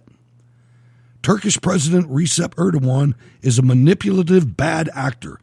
We always called him here on the show the imam in a suit, because that's all he is. A hostile dictator and a sympathetic to extremes within political Islam. Erdogan has openly showcased his friendship with the Muslim Brotherhood. Europe draws exclusive benefits from NATO defenses. Europe would not take back the ISIS fighters captured in Syria that were EU nationals.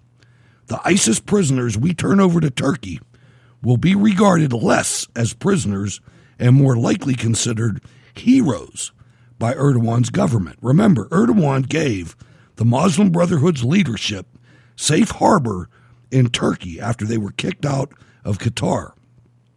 Unfortunately, it's likely Erdogan will attack the Kurdish forces in northern Syria. He's doing that tonight. The Kurds are U.S. allies, and this will be the point of contention for the neocons. And Ward, that's what they're doing.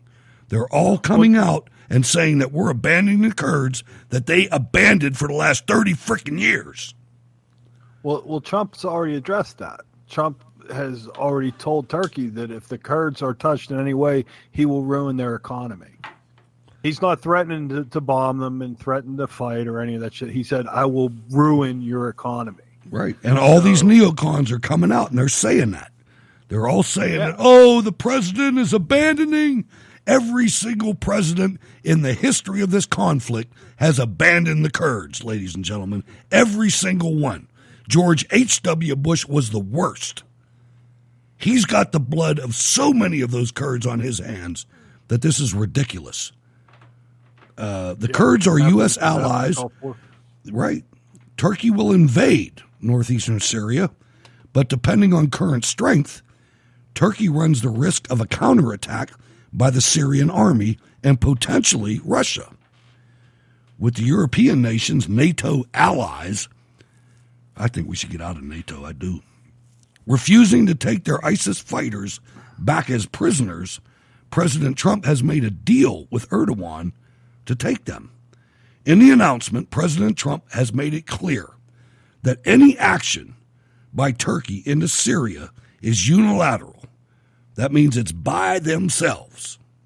There will be no assistance by the U.S.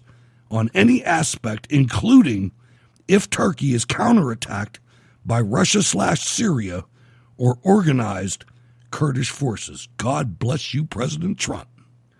Essentially, Trump is leaving Erdogan naked to a myriad of his enemies if he does cross the border. The U.S. part of the NATO shield is removed. The Europeans will likely not invoke the NATO defense treaty without the U.S. Of course they won't.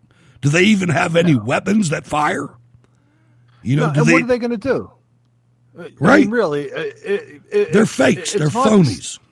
Absolutely. It's not Syria that's going to put up any kind of a fight. It's the Russians with the Syrians. That's right. And there's no way that they're going to try and stand up to them without us. If we say, you know what, you're on your own, we're out.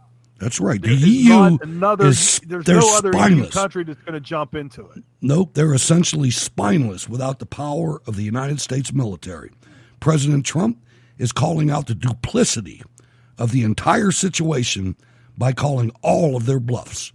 President Trump is calling out NATO, weak EU quote-unquote allies. I don't even consider them allies anymore. I'd flush them down the toilet. To hell with them. I agree with you, Hud. I mean, at the time that NATO was created, I mean, it's like anything else. When NATO was created, it was necessary. That time is gone. Now it's nothing but an albatross around our neck that we throw money at for no reason. We don't get anything out of it. Exactly right, man. We pay all kinds of money. It's like unions. It's like trade unions. Same thing. Exactly. I mean, it's the North American Treaty Organization. Yeah, it's the same thing.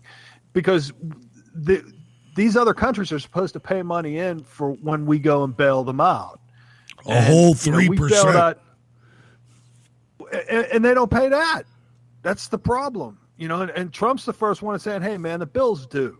That's right, man. In essence, this White House announcement, because I want to get back to the callers, this White House announcement is a major Gordian knot being cut. It is unlikely President Erdogan expected to have this framework made so public. This rather loud declaration by President Trump, again, God bless you, sir, seems strategic in that it could make duplicitous Erdogan think twice about the actual military invasion itself. However, Erdogan is also a rabid ideologue, and he wants to recreate the Ottoman Empire. So he'll likely go ahead, regardless of cost. Down the road, instead of those ISIS prisoners being held in European jails and considered the sympathetic Turkish handlers, those ISIS fighters will eventually make their way home without anyone knowing. However, the EU has created that issue by refusing to step up and take ownership. That same weak European mindset could likely be facing another challenge surrounding what to do about NATO if Turkey loses this gamble. However, again, another issue created by Europe. FUBAR. Veterans know what that stands for. But we're out, yes, man. We're done. We're done. And we should be. I agree. I don't think that there's any reason for us to be involved in. I mean, I didn't think we should have went in the first place. We said that. But early, man, in 2011, 2012. The fact that he's finally pulling the guys, I applaud him, and I think that that's the right move. I mean, it's just let's go to the audience. Ken, what do you think? You were on first, and then we'll go to Ralph. Ken fell asleep. Let's go to Ralph. No, I got to unmute him. No, I got to mute it. Hold on, Ken. Stand by. Let's go to Ken. Well, I haven't really been following a lot of what's been going on in Syria, but depending on the report you hear, was it Bashar al-Assad? He's the bad guy, then he's the good guy. But I do know. Okay, refresh my memory. Well, actually, can we go back in history to like 1994? I know we pulled into Antalya, Turkey, and we were told, don't go out by yourself. Be in a group of people off the ship because there was a current civil war at the time in Turkey in around 94, somewhere in there. Am I right with that? Yeah, I mean we've always had. I mean, there's anybody who's been in the army and traveled to Europe knows that the Turkish population in Germany is a pretty strong and anti-American population. Ralph, your thoughts? Yeah, I was just wanting to add a couple of things to the whole discussion about what you guys just said.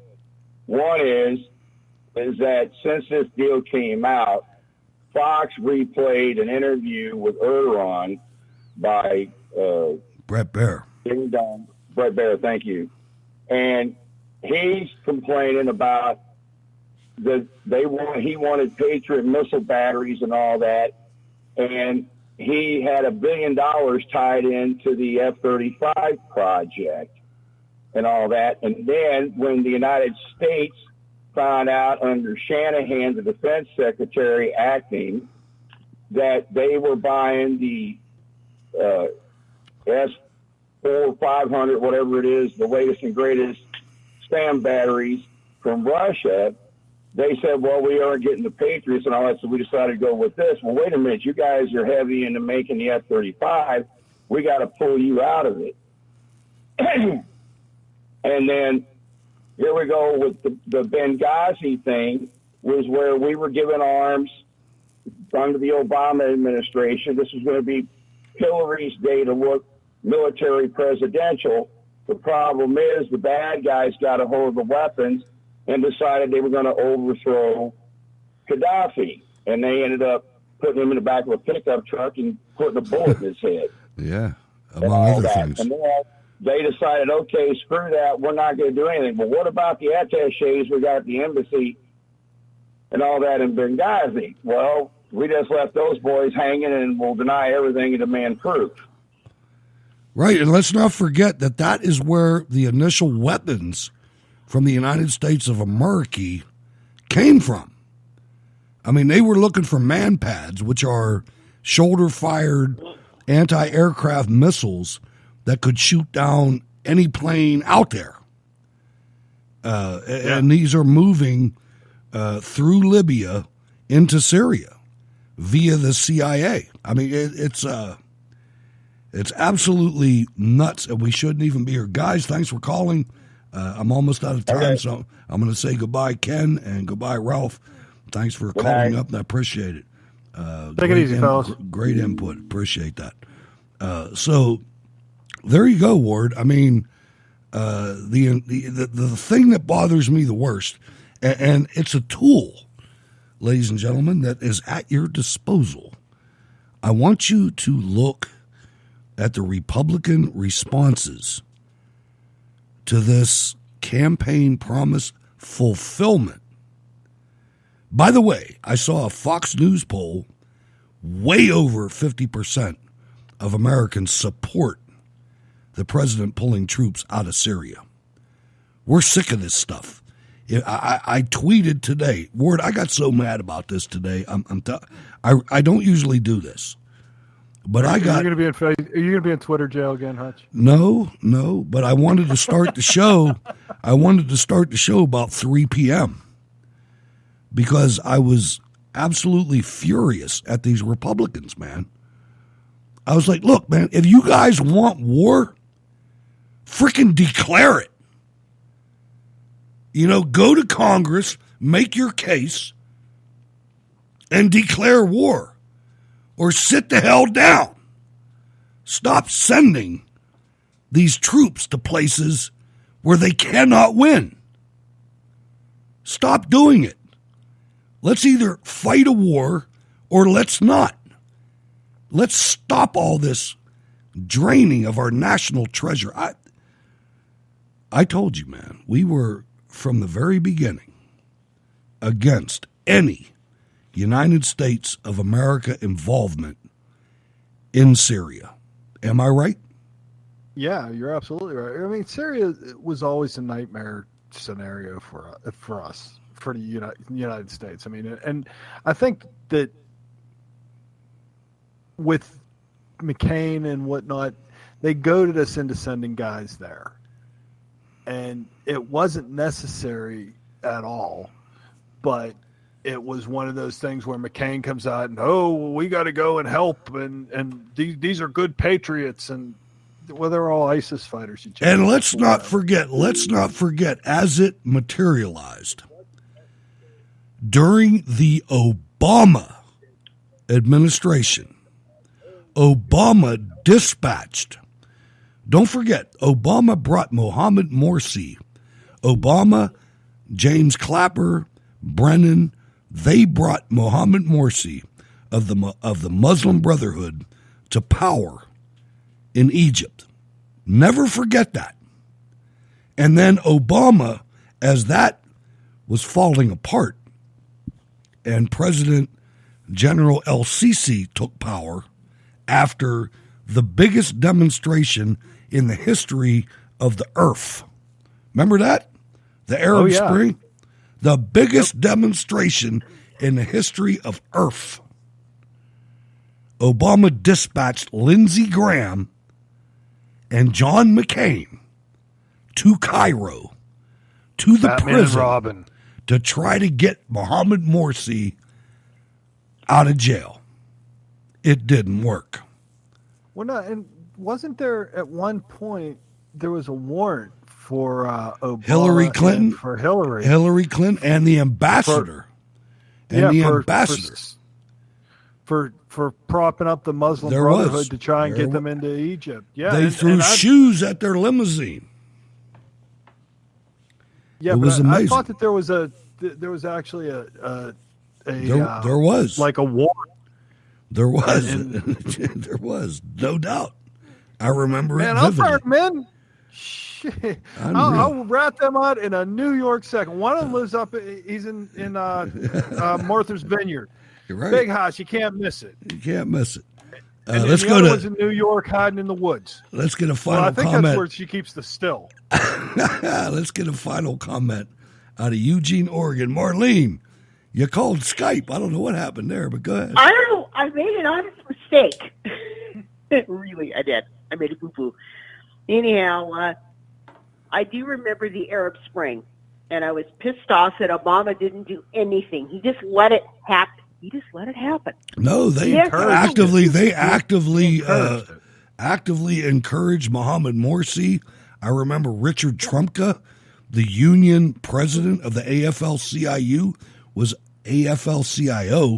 was out there with a video message to all his brethren in Egypt. It was a communist Disaster. Love fest. Yeah.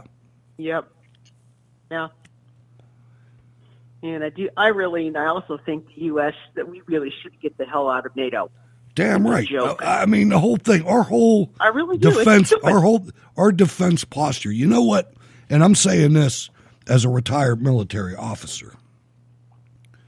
We have to get these soldiers, sailors, Marines, and airmen back to their bases.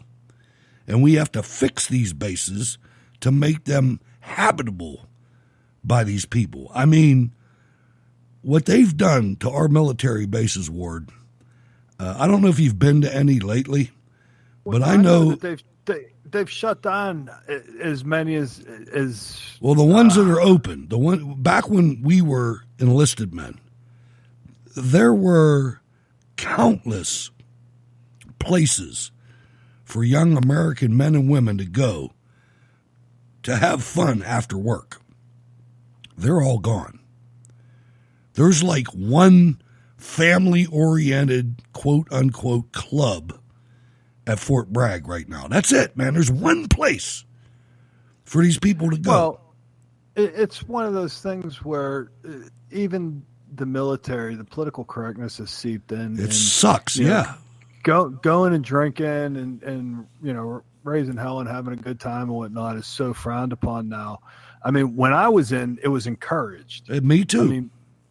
I mean, my call sign was Jack Daniels. Even off duty, duty. Let me tell you, even off duty in the Army Reserve, we got more business done for the American people after work at the club than we did at work. We did. Sure. I mean, officers and NCOs talked to each other. You know, it was the dialogue was much freer, and you figured things out. Now, these poor bastards don't even know each other. You know, it's sad. It really is. Right. It's a toxic environment in today's United States military for what do you call the alpha male? Yeah. And if you don't have the alpha male, you lose the freaking war. Let me tell you that right now. You got that right. Like it. You know. All right, Marlene, I got to go. We're running out of time. Thanks for calling. I know. No problem. All right. Bye. There it is. Cold War Radio. Ward, we're about at the end of the rope. How can people get in touch with you? And final comments, sir. Great show. You can always hit me up on Twitter at Wardy22. Remember to hit the Facebook page up. The Facebook page is doing so well. We got so many hits. I'm trying to keep stuff funny. I'd appreciate if everybody jump in and help out. I can't be the only funny one in this group, so all the help I can get. All right, Wardy22 on Twitter. Appropriate that you were on tonight because I had to reach back